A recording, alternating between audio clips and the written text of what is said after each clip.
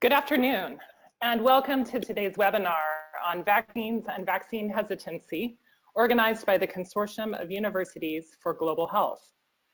My name is Catherine Bliss, and I'm a senior fellow at the Center for Strategic and International Studies Global Health Policy Center in Washington, D.C. CSIS is a bipartisan national security and foreign policy think tank, and the Global Health Policy Center undertakes independent research focused on U.S. government support for a broad range of issues, including immunization programs. CSIS is a CUGH member. Today's webinar is part of a series of discussions organized by the consortium and its partners to raise awareness and facilitate discussion about important current global health challenges. As you may know, earlier this year, the World Health Organization named vaccine hesitancy among the top 10 global health threats, along with air pollution, antimicrobial resistance, pandemic influenza, HIV, dengue, and non-communicable diseases. For decades, evidence has shown that vaccines are a safe, powerful, and cost-effective public health intervention that prevent disease and save millions of lives. Over the past 20 to 30 years, global initiatives focused on financing vaccine research and development and improving immunization coverage have extended the availability of even the newest products to populations in low and lower middle income settings. But this progress in reaching the world's most vulnerable children has been accompanied by a rising number of people expressing deep skepticism about vaccines and choosing not to immunize themselves and their families. And this hesitancy can be found in lower, middle, and upper income countries alike. For example, the Wellcome Trust's Global Monitor 2018 revealed that only 50% of people in Eastern Europe and 72% of people in North America think vaccines are safe, compared to 95% in South Asia and 92% in Eastern Africa. Stagnating and declining coverages have led to outbreaks of preventable disease, such as measles, in various parts of the world, including in regions where some diseases were considered to have been eliminated. Several issues thus bear consideration. Why does vaccine hesitancy seem to be rising now? What factors are driving concerns about vaccine safety and efficacy? And what can be done to ensure that every child can access the vaccines he or she needs to protect them from preventable disease? So here to help us answer these questions, understand global trends with respect to immunization coverage, and make sense of the many factors driving vaccine hesitancy are two outstanding scholars. Dr. Peter Hotez is the Dean of the National School of Tropical Medicine at Baylor Medical College in Houston. He is the author of numerous scholarly publications, as well as the 2018 book, Vaccines Did Not Cause Rachel's Autism. He will offer an overview of the global immunization programs and outline what seems to be influencing vaccine hesitancy in the United States and other countries around the world. Dr. Dina Borzekowski is the interim director of the Global Health Initiative at the University of Maryland's School of Public Health. Her research focuses on the impact of media on the health of children and adolescents, and she has worked with companies such as Sesame Street that produce content for children around the world. Today, she will share some of her recent research on new media and the ways that digital platforms are being used to amplify and extend the reach of vaccine hesitancy messages and approaches. Both will speak during the first 40 minutes of the webinar, and we will leave the last 15 to 20 minutes for questions and discussion. Please be sure to send your questions online, and I will bundle a few together so that we can get through as many different topics as possible in the time that remains. So our first speaker is Dr. Hotez. Peter, the floor is yours. Catherine, thank you so much for that eloquent introduction. A word about myself. I'm a vaccine scientist and a pediatrician. I head the Center for Vaccine Development at Texas Children's Hospital and also the Dean of the National School of Tropical Medicine at Baylor College of Medicine. But I'm also a parent. My youngest daughter, Rachel, is 26 years old, has autism and a number of intellectual disabilities, and that's put me in this unique position to defend vaccines and explain why vaccines do not cause autism and what autism is and how it begins in early fetal development. In fact, that's the title of the book, Vaccines Did Not Cause Rachel's Autism. What I'd like to do now is give an overview of our current situation with global vaccines, as well as this rising vaccine hesitancy movement. And I'll begin here.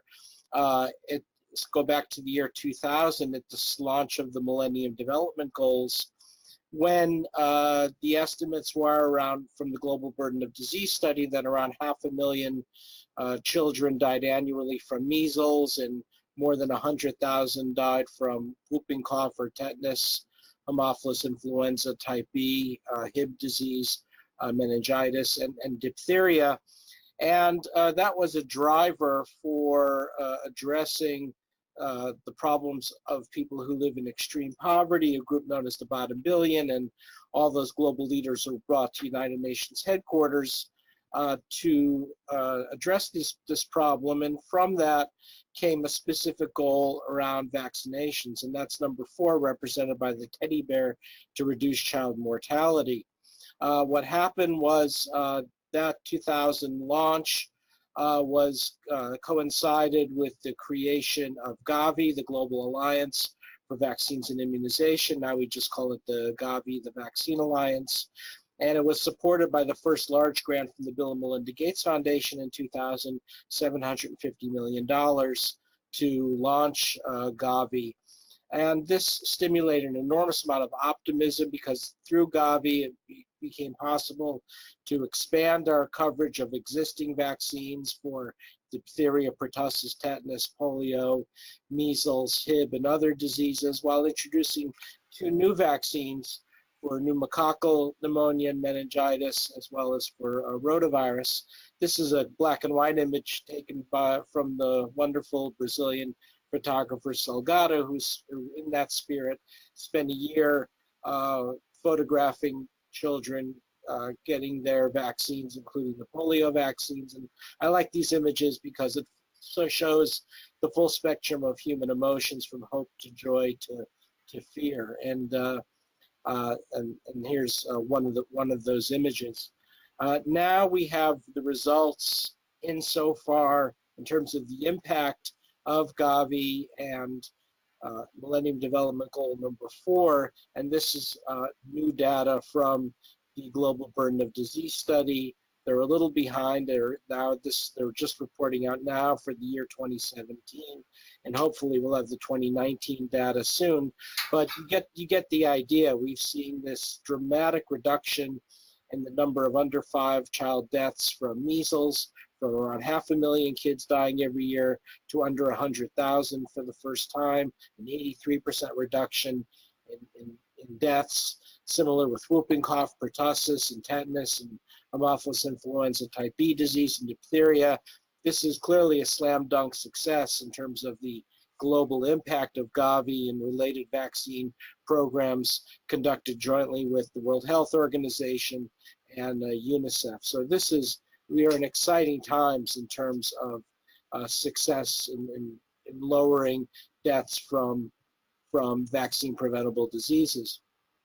I think the accomplishment of measles is especially noteworthy, and that's because measles is so highly transmissible.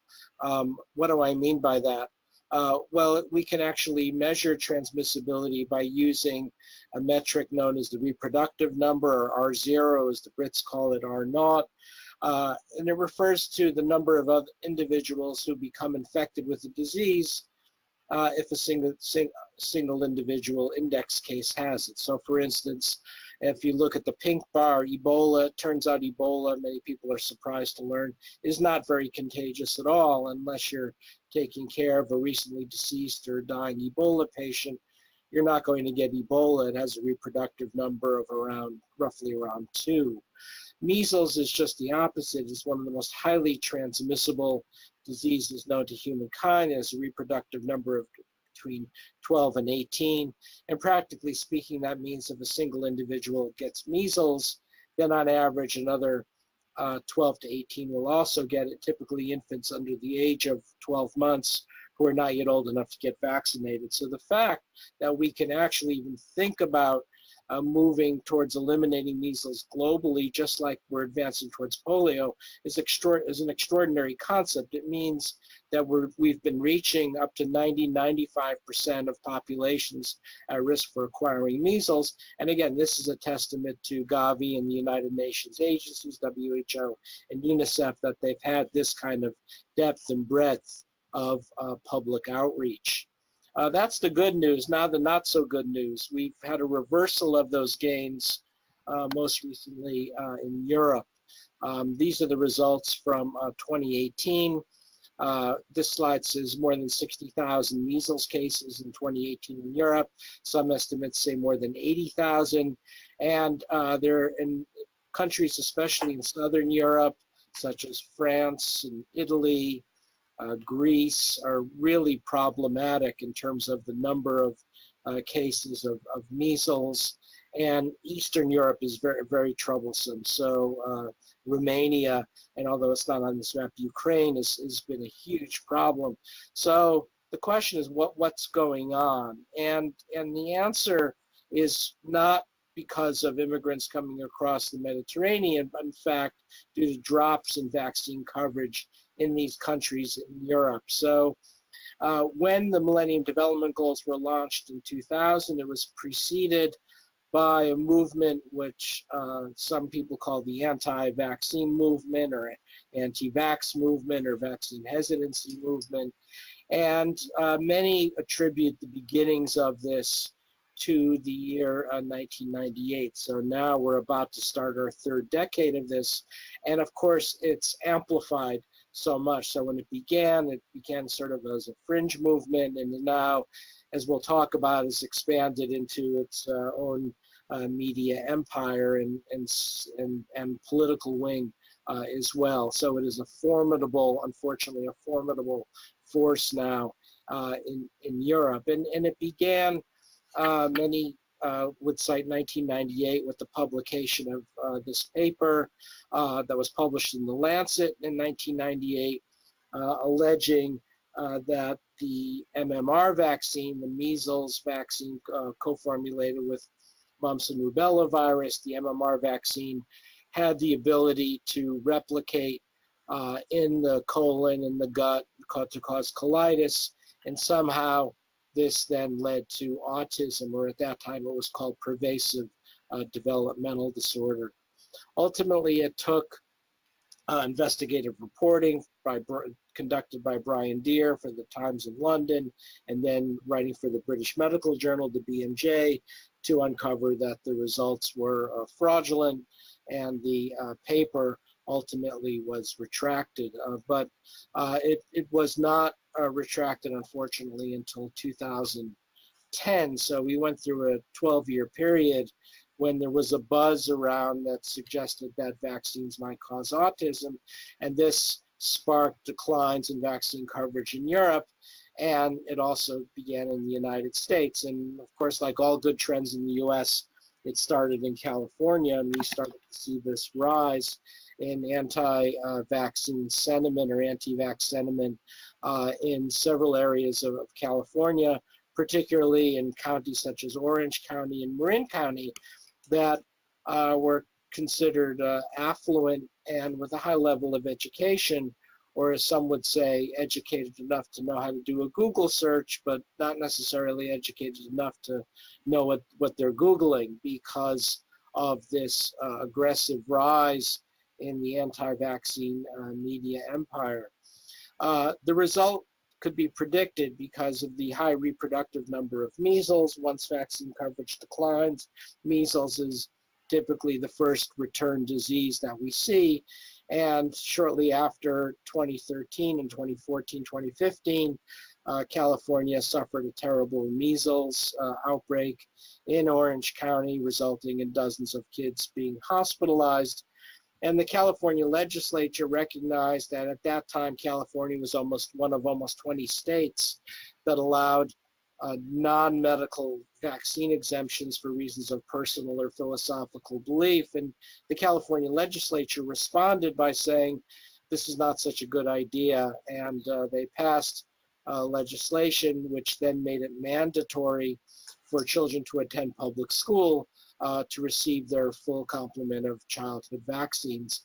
And now information coming in from Saad Omer's group and others, and Dan Salmon, indicates that indeed that's having an important effect. By closing the non-medical exemption loophole in California, parents are again vaccinating, having their children vaccinated in high numbers. So that's terrific for California, but this leaves now 18 other states that allow non-medical exemptions for personal or philosophical belief. And right now, Texas is the largest state in terms of number of kids not being vaccinated.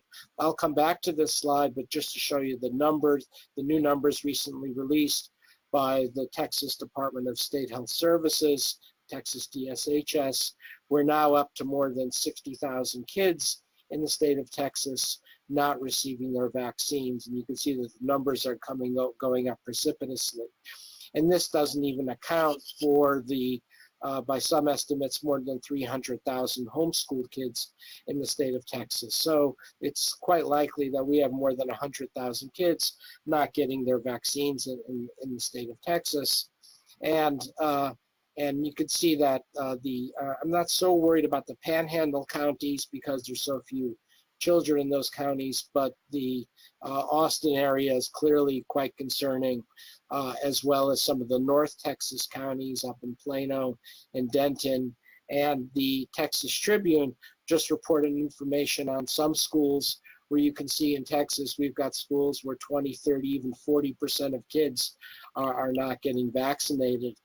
And so we've got a very dangerous situation where we could start seeing large measles outbreaks like we're seeing elsewhere in the United States right now. So where are we at with this vaccine hesitancy movement? I became interested because I work at Texas Children's Hospital and Baylor College of Medicine, and my daughter with autism, and became alarmed at what I've seen in Texas. So together with several colleagues, Jackie Olive was a medical student, and Melissa Nolan and Ashish Damania on our faculty, we began to look to see if this phenomenon, is it just unique to Texas where kids are not getting vaccinated, or are there other states as well? And what we were able to do was obtain information on 14 of the 18 states that allow non-medical exemptions for personal or philosophical belief reasons. And you can see that things are quite concerning in western states, especially, such as Arizona and Utah. Idaho is very concerning up in the Pacific Northwest, also Oregon and Washington State. So it looks like it's more of a western state phenomena than in eastern states. And a lot of these counties are rural counties with small numbers of people, but we also, and this was published in PLOS Medicine in 2018, we also flipped it around and looked at some of the urban counties, and this is what we came up with. We identified around 15 urban hotspot counties where large numbers of kids are not getting vaccinated. So you see King County, which is Seattle, Multnomah County is Portland, Oregon, Salt Lake City, Maricopa is Phoenix, Travis is Austin. And you can see it tends to be more western urban areas than eastern urban areas, and we're trying to understand why. What's the basis of that, and what's going on in these western states. We've now, together with Nathan Lowe, who at the time was an MD Ph.D. student at Stanford, and now he's doing his internal medicine residency at UCSF, we looked at the consequences of these declines, and what we found was even a 5% reduction in the MMR vaccine coverage can lead to a threefold increase in annual measles cases and an additional $2 million in public sector costs. And the point is, not only is this a potential public health threat, but it's also a economic threat. The costs of identifying measles contact cases, tracking them down, ensuring that the others' contacts are ring vaccinated, also the healthcare costs. This is a huge drain on our public health organizations. And this is the consequence of what we're seeing right now. Measles was eliminated as a public health problem in the year 2000 in America. At one time, it was associated with tens of thousands of hospitalizations and 500 deaths annually. Through aggressive vaccination campaigns, it was brought down, but now we're seeing a return. So we have this very unfortunate situation now in the year 2019 when we've had more than 1,000 cases of measles, including a terrible epidemic in New York, which has resulted in 600 of those cases, including 40 hospitalizations, and 12 of those hospitalizations are ICU hospitalizations, intensive care hospitalizations. So this measles is a serious disease. The estimates are on average 1 in 4 can require hospitalization. If you get measles, 1 in 20 can result in measles pneumonia, according to the CDC. And these are often the reason for severe injury or measles deaths, as well as measles encephalitis. The bottom line is measles is a bad actor. The group at University of Texas, Austin, led by Sahotra Sarkar, has taken a similar approach to generate a potential measles hotspot map. And one of the things that they did, and this was recently just published in Lancet Infectious Disease, which I like what they did, was they not only looked at the vaccine exemptions like we did, but they also looked at air transportation and airline hubs, recognizing that now that measles is widespread across Europe and in some parts of Asia and elsewhere, that with international travel, there's a likelihood that measles would get introduced from Southern Europe or Eastern Europe. And if you had large numbers of non-vaccinated kids, like shown here in Tarrant County or Travis County or Harris County, Texas, or in Queens now or elsewhere, that you could potentially introduce measles and things would take off very quickly. And this is one of the things that happened that we saw in New York this year, where measles was imported, and then because among an Orthodox Jewish population in Brooklyn was not vaccinated, that this then resulted in pretty serious of problems. So what are the factors that are driving of this now in the United States? Well, I've identified 4 major trouble spot areas. Talk about them very quickly. One, what I call the measles media empire. We now have, by some estimates, over 400 anti-vaccine misinformation websites on the internet, all amplified on Facebook and other forms of social media. The Amazon website is now an anti-vaccine website. The leading books promoted are all fake anti-vaccine books. And then this now has acquired a political arm to it, where we have anti-vaccine political action committees, PACs, in multiple states in the United States, lobbying legislatures to make it harder to vaccinate our kids and easier to opt out.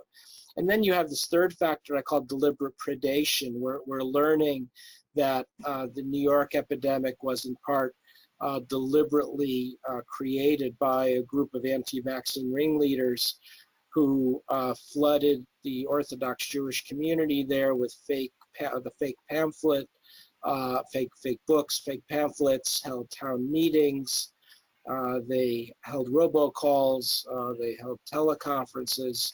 So they deliberately targeted this piece of the Orthodox Jewish community to lower vaccine coverage. And then I partly blame us as well, this lack of robust vaccine advocacy. We need to do a better job in the United States actively promoting vaccinations. So this is what I've been doing now, is trying to raise awareness about the safety of vaccines, and in the book and on a series of blogs and websites, I've provided the evidence showing there's absolutely no link between vaccines and autism. And one of the things the anti-vaccine movement does is they move the goalposts. They started with the MMR vaccine, and if that was debunked, they moved towards saying it was the thimerosal preservative that used to be in vaccine. Again, studies in hundreds of thousands of children show that neither MMR vaccine or thimerosal preservative that used to be in vaccines was in any way linked to autism. Then they moved towards spacing vaccines too close together, or now they're talking about alum adjuvants in vaccines. So you wind up playing this Pyrrhic game of vaccine whack-a-mole. And the scientific community has done a good job providing the evidence showing there's absolutely no link, which is summarized in the book. But also I point to papers like this by Eric Korchesny's group at UCSD and others, studies at the Broad Institute, and studies even done at Baylor College of Medicine, showing how the patches of disorganization in the neocortex of children with autism are happening in early fetal brain development. More than 99 genes, me with Rachel there, more than 99 genes have been identified, including about a quarter of them involved in neuronal cytoskeleton, all involved in early fetal brain development. And we even did whole exome sequencing on Rachel and my wife and I, and indeed have identified a gene involved in the neuronal cytoskeleton. The point being that autism begins in early fetal development and pregnancy, well before kids ever see vaccines or are vaccinated. And we need to do a better job getting the word out about this. The scientific community has been conspicuous by its silence, and that's why I've been writing and speaking about this. I like to point to studies like this done by Research America to find that the vast majority of Americans, 81%, cannot name a living scientist. And of those who could, it's not necessarily working scientists as we think of them, who write papers and go to lab meetings and write grant applications. So that we need to do a better job as a scientific community speaking out against anti-science movements. And I think this is going to be an important new trend where we talk to have graduate students, postdocs, medical students, residents take a more active role in public engagement. The Pew Research Center has done a study of only a small percentage of scientists ever blog about their science or use social media. We need to be more out there and more engaged. So I'll stop here just to say that I think we're in a new normal in America and in Europe, where vaccine preventable diseases seem to be returning.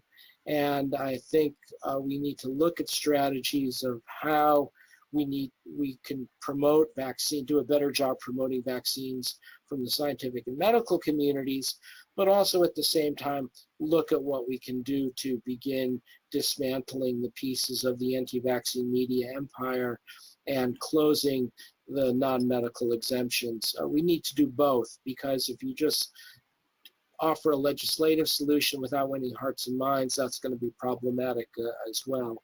And this has been now an important activity for us here at Baylor College of Medicine and Texas Children's Hospital. So I'll stop there and give my colleague now the opportunity to speak. Peter, thank you so much for your comprehensive and thought-provoking overview and really clear articulation of the human and economic costs of outbreaks of vaccine-preventable disease. We now turn to Dina Borzekowski at the University of Maryland School of Public Health for an in-depth look at new media and the ways in which some of these so-called digital wildfires around vaccines are affecting vaccine campaigns and confidence in immunization programs. So Dr. Borzekowski, the mic is yours. Thank you very much. It is my pleasure and honor to be joining this webinar today and speak about some of the issues related to new media and vaccine information flow. I'm going to speak for around 10-15 minutes, but I want to start with talking about, as a case study, the 2015 Disneyland outbreak and the anti-vaxxer media narrative that started around then.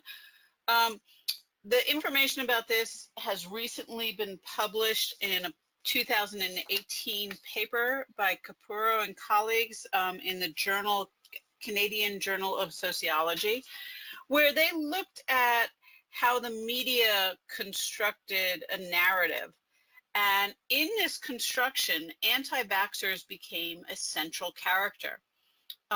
Although parents who hold strong anti-vaccine views are small in number, the media representations presented this group as prominent.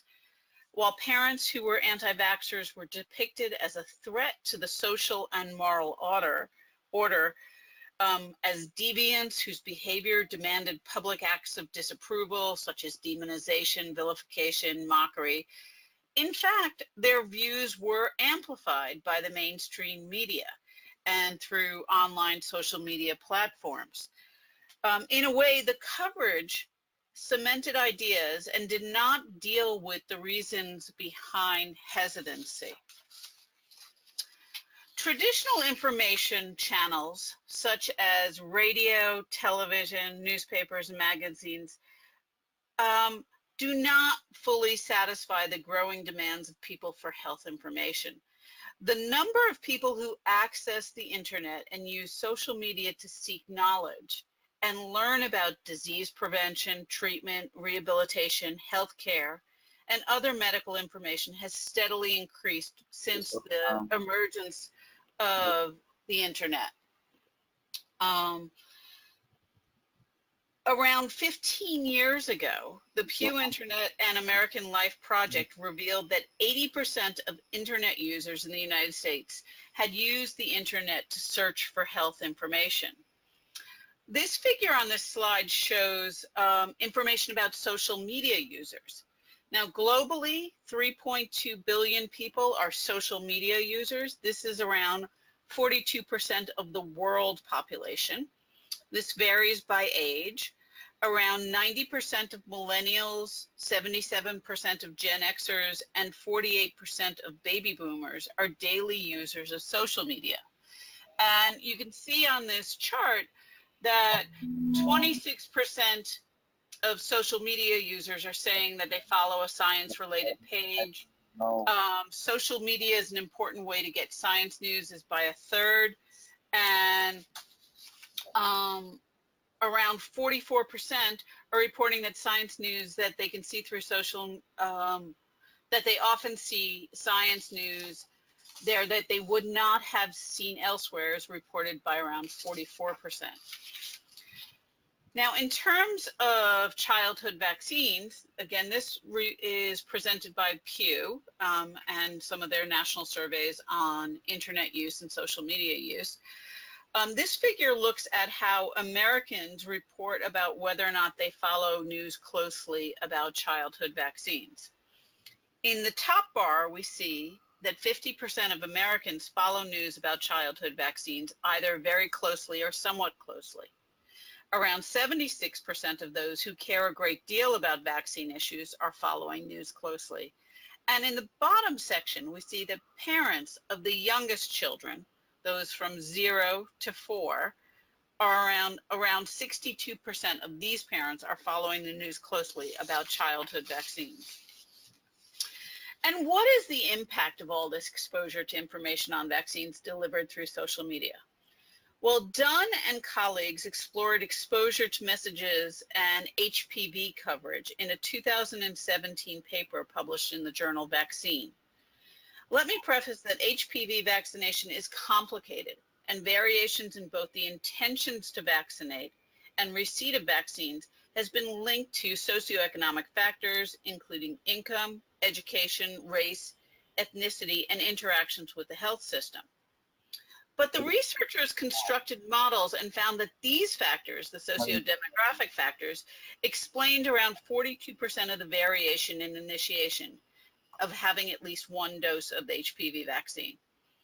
Then they included into the models exposure to different media topics.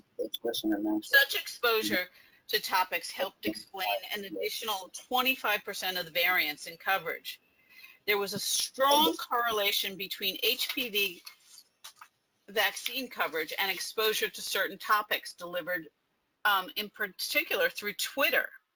This map of the US shows the state level exposure to the Katie Couric controversy, where this public news figure was accused of being too sympathetic to scientifically unsupported claims that HPV vaccines were dangerous.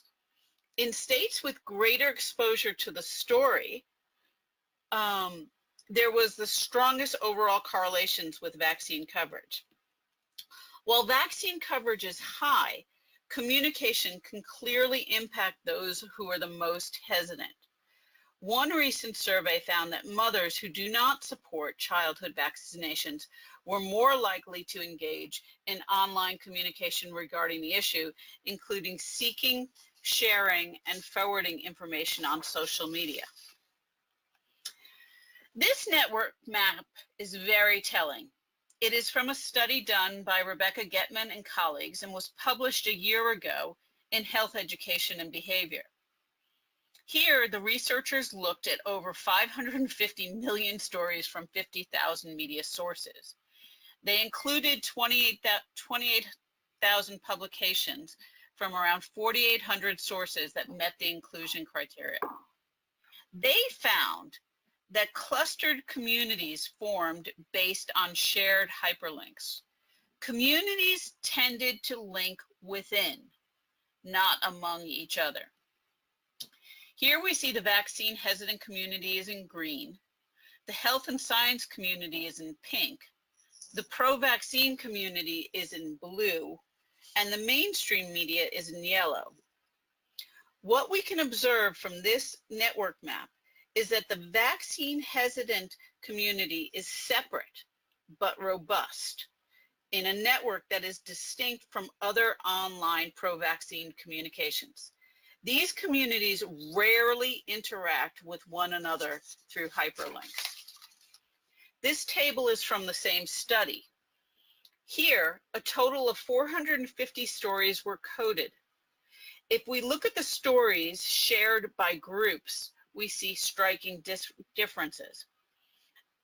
If you look at the bottom of this table, among the stories shared in the public health community, 44.5 were academic research pieces, and 55% were pro-vaccine. None, 0%, were anti-vaccine. Jump a bit higher in the table to the mainstream media group.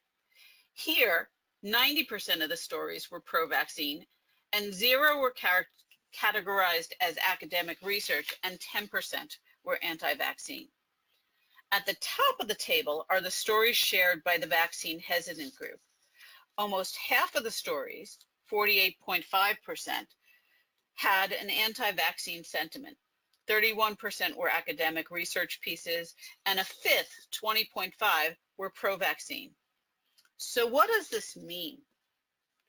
Overall, anti-vaccine content is relatively uncommon online, and a large majority of content is published and circulated among the vaccine hesitant community.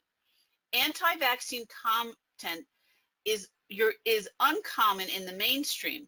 However, it's being circulated within this one group. It points to a few problems, though. Merely promoting the publication of more pro-vaccine material or more primary academic research is unlikely to significantly change the architecture of online media conversations. Similarly, the advice of writing fewer he said, she said balanced stories about vaccines is unlikely to change, again, the network, despite recommendations. The mainstream media are already overwhelmingly pro-vaccine, and the online vaccine hesitant community does not interact strongly with mainstream media, at least through hyperlinks. A more pro-vaccine message from the mainstream media is unlikely to shift the fundamental architecture of the network that is already segregated. Practically, there is an urgent need for science and health communication professionals to communicate, oh my gosh, communication in person with those who are hesitant. It is important for practitioners to use trusted relationships to hear people's concerns and dispel media information directly. You know, back to what Peter was talking about with the recent outbreak of measles in the New York area among the Orthodox community. We see, my recommendation in such a situation is not to be giving more media out, but rather to speak to gatekeepers, rabbis in the community, community leaders, and speak directly with, as trusted communicators, to try to hear what concerns are being raised and be able to promote a change in beliefs. My take-home points are people around the globe use the internet and their social media to obtain health information, including information about vaccines. Exposure to vaccine-hesitant media does affect vaccine attitudes and acceptance. However, communities do cluster. People link within and not among each other. And I want to end with a return to trustworthy sources, nurses and physicians. But it is clearly important that those sources acknowledge and discuss the fear that are being raised among the vaccine hesitant community. That concludes my remarks, and I will hand the mic back over. Dina, thank you so much for your overview of your research and really this nice explanation of the clustering and circulation of messages within different kinds of communities, as well as the emphasis on the importance of communicating in person with people who are hesitant. Let me invite members of the audience to send in questions, and you may either direct them to both of the speakers or to one of the speakers in particular if there was an issue that you wanted to seek more information about or more clarity. While I'm waiting for some of those questions to come through, let me start. Peter, let me ask you, and then give Dina a chance to respond as well. You know, we hear terms like, you know, the anti-vax movement. We hear about vaccine hesitancy. Sometimes, you know, we hear words, you know, vaccine confidence or acceptance. Are all of these sort of different manifestations of the same phenomenon, or you know, are we actually looking at, you know, different kinds of perspectives and ideologies in different parts of the world related to, you know, engagement with government or trust? Peter, could you, you know, address that, and Dina, then I'll turn to you as well. Yeah, sure. Can you hear me okay? Yes. Sure. So, you know, the anti-vaccine movement certainly comes in different flavors across the world, so that there's a unique set of forces in the United States versus selected European countries, versus what's happening now in Pakistan and Afghanistan with the Taliban, and so there are marked differences, and this has been carefully looked at internationally through the Vaccine Confidence Project, led at the London School of Hygiene and Tropical Medicine. You know, with the United States, and it also has evolved over time. So for instance, in the United States, what happened was, beginning in 2015, it took on more of a political dimension than it had in the past, by aligning itself to the far right wing of the Republican Party, the Tea Party in many states. So you started hearing terms like health freedom, medical freedom, choice being used. And there was a big uptick in that in 2015. And that's when you started to hear more far right wing conservative voices like Rush Limbaugh and Alex Jones, and Tucker Carlson become more vocal about their concerns about vaccines. So this thing is moving, right? It does change over time in terms of what the major messages are and how it aligns itself politically. Just from a health communication and a communication stance, it's very interesting to see even just the terminology, how it's shifting. There is a growing movement to not even use the terms anti-vax, as it's rhetorically misleading. There are papers now being disseminated where people are talking about if you're pro or anti something, that means that you have a choice over it, and it would be inappropriate to be applied to fact.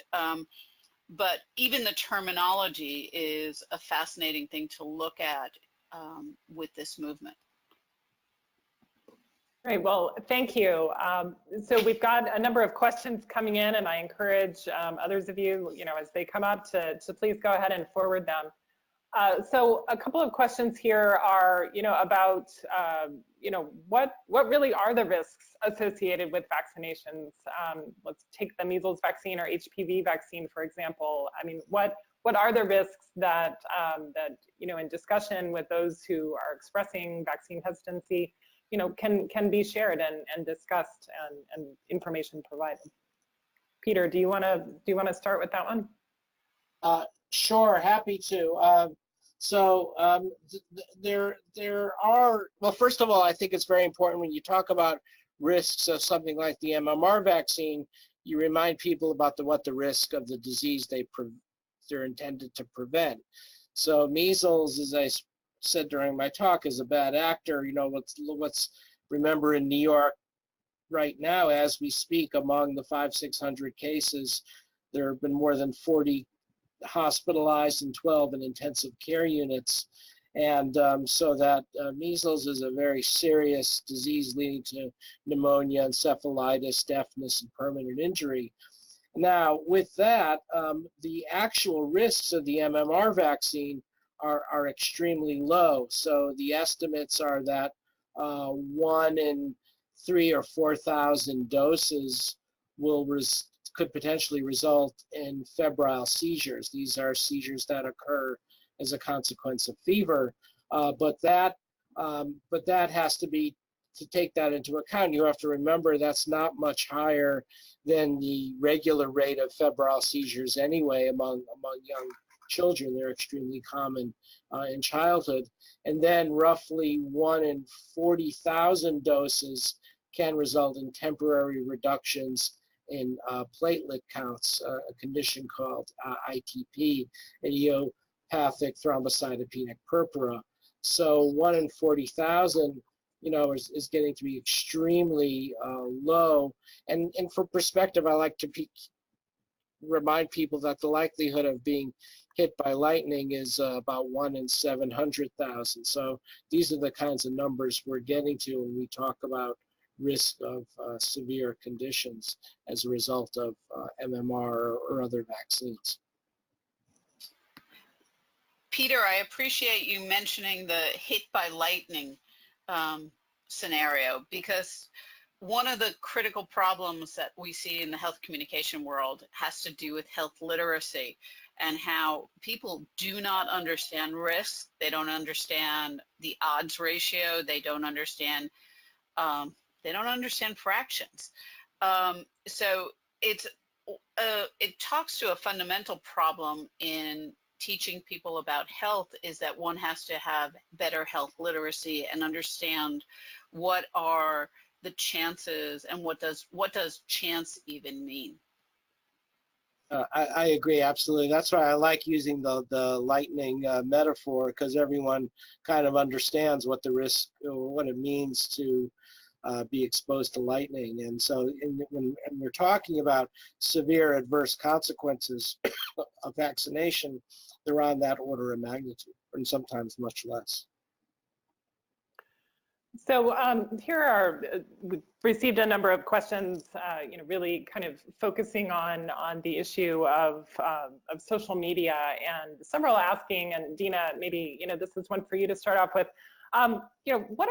What are some good strategies for addressing questions and commentary around vaccine hesitancy within the social media space? I mean, we've seen that sometimes these conversations can get very heated and very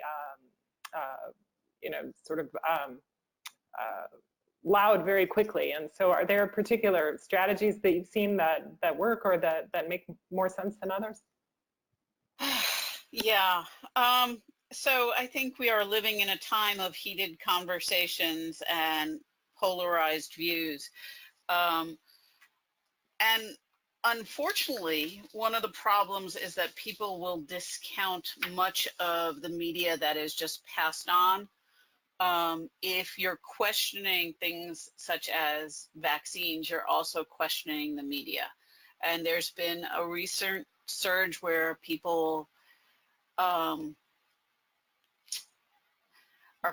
are not understanding and buying even the legitimate academic scientific research, which is why I think we have to return to the interpersonal conversations about this. And I think, again, one has to raise the questions of what are you worried about? And let's address the concerns and hear the fears of people rather than take the approach that we often do online of you're just wrong, because that's not getting us anywhere. It's not getting us anywhere in a lot of situations, but it's certainly not getting us anywhere with the vaccine movement. One other thing just to mention has to do with the echo chamber that's happening online in terms of social media.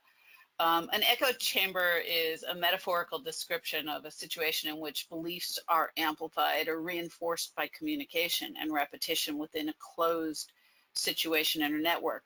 And I think that's one of the other issues that's happening, especially on social media, is people are not engaging in conversations. They're throwing headlines out at each other. They're throwing memes to each other and sharing memes. And they're, you know, when you even have this interactions across boundaries, those are really fractious.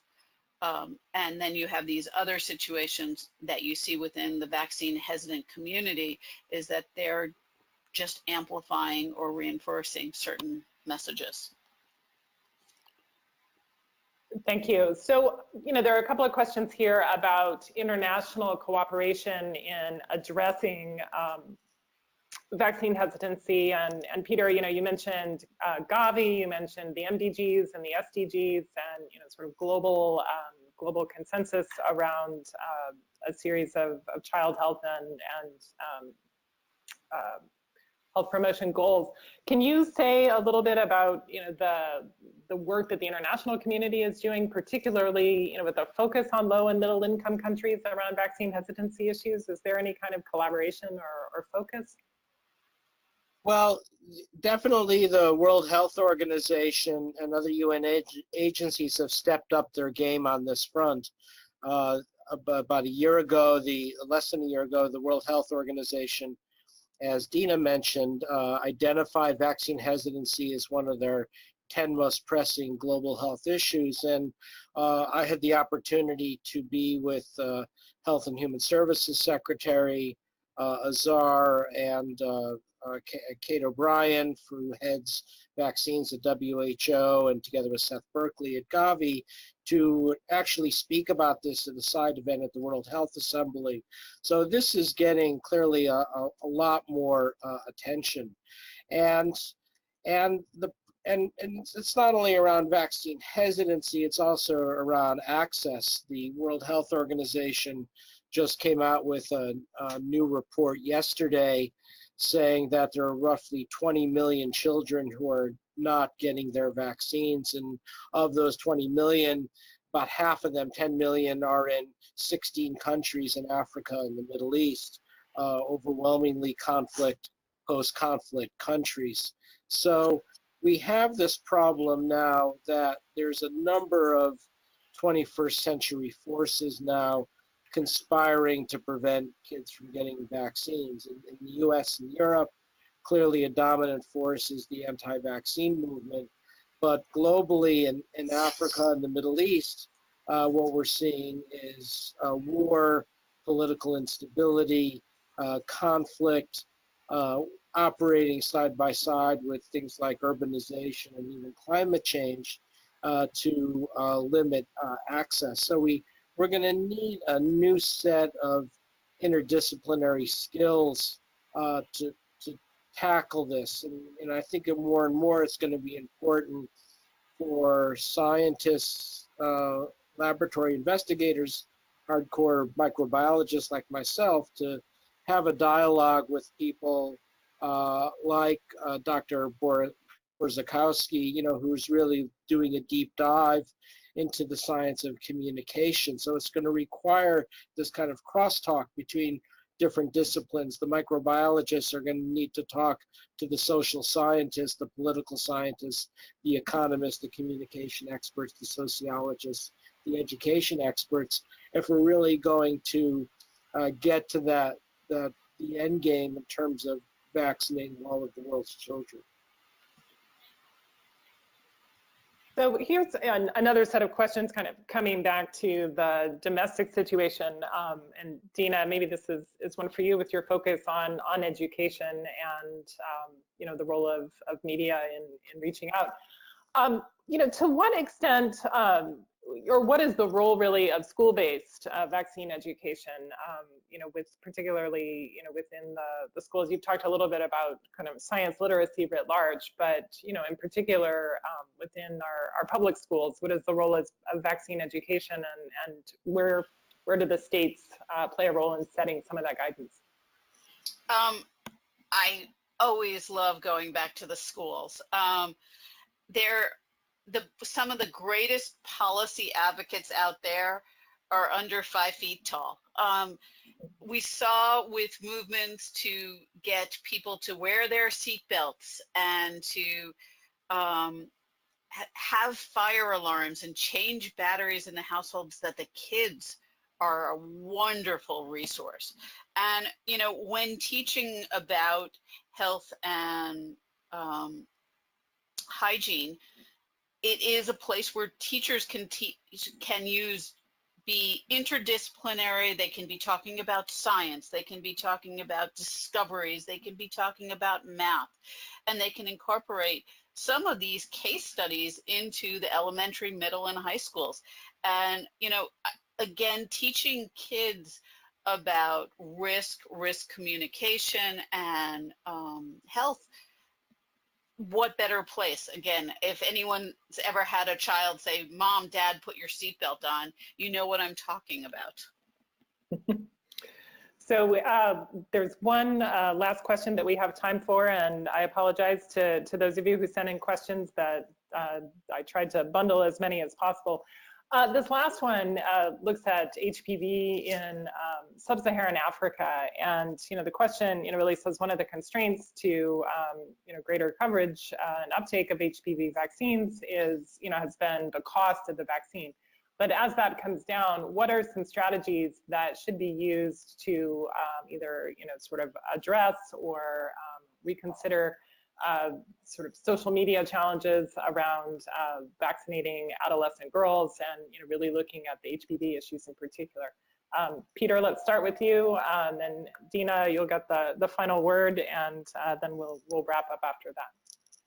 Well, it's really interesting how the experience with HPV vaccine differs by country. So in Australia, for instance, where the Australian government is actually talking about eliminating cervical cancer by the year 2030 because of their success at vaccinating the cohort of teenage girls and, of course, teenage boys to prevent throat and anal cancers. But Australia is kind of ahead of the curve on this. The World Health Organization, in their comments yesterday about low vaccine uptake, specifically commented about HPV vaccine in resource-poor countries, and they did sound the alarm that except for a handful of countries, we could do much better in promoting access, and because of cost and other factors, and creating that health system for vaccinating school-age children and teenagers.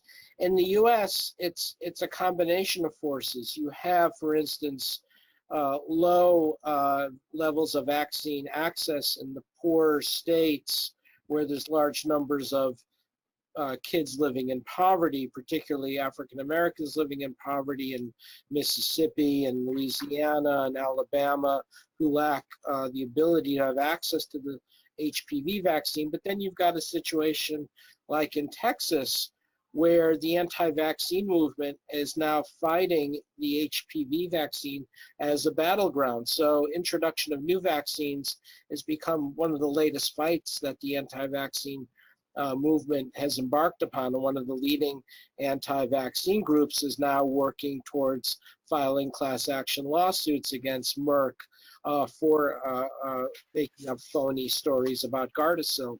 So this is going to be very interesting how it plays out. The bottom line is you have a country like Australia that is on the verge of eliminating cervical cancer over the next decade, and in the United States we still have a generation of girls and women who are unnecessarily going to be condemned to cervical cancer due to lack of access or because of their targets of the anti-vaccine movement. Thanks. So Dina, some final thoughts on that topic? I think Peter really wrapped it up nicely there.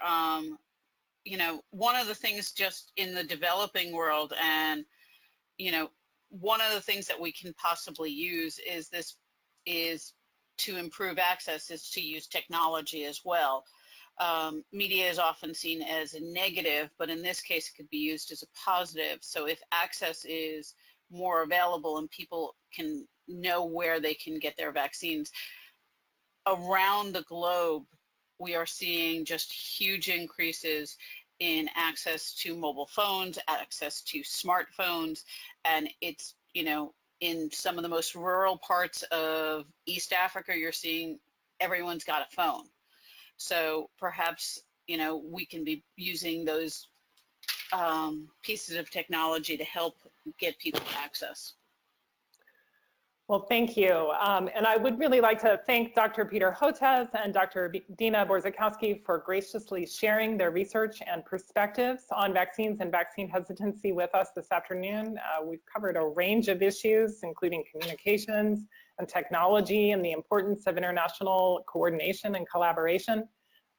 Some great questions from the audience, and I want to invite you to maximize our ability to increase awareness about the collective protection vaccines provide. Please feel free to share this webinar widely with your contacts, and it will be available on the CUGH website at www.cugh.org within the next week. I would also like to thank Karen Lamb at CUGH for helping to produce this webinar. And I encourage all of you to attend CUGH's annual conference in 2020 from April 17th to the 20th. It will be in Washington, D.C. And you can send your abstracts and register for the conference now at www.cugh2020.org. So again, thanks to our speakers, thanks to the audience, and thank you for attending this CUGH webinar. Goodbye.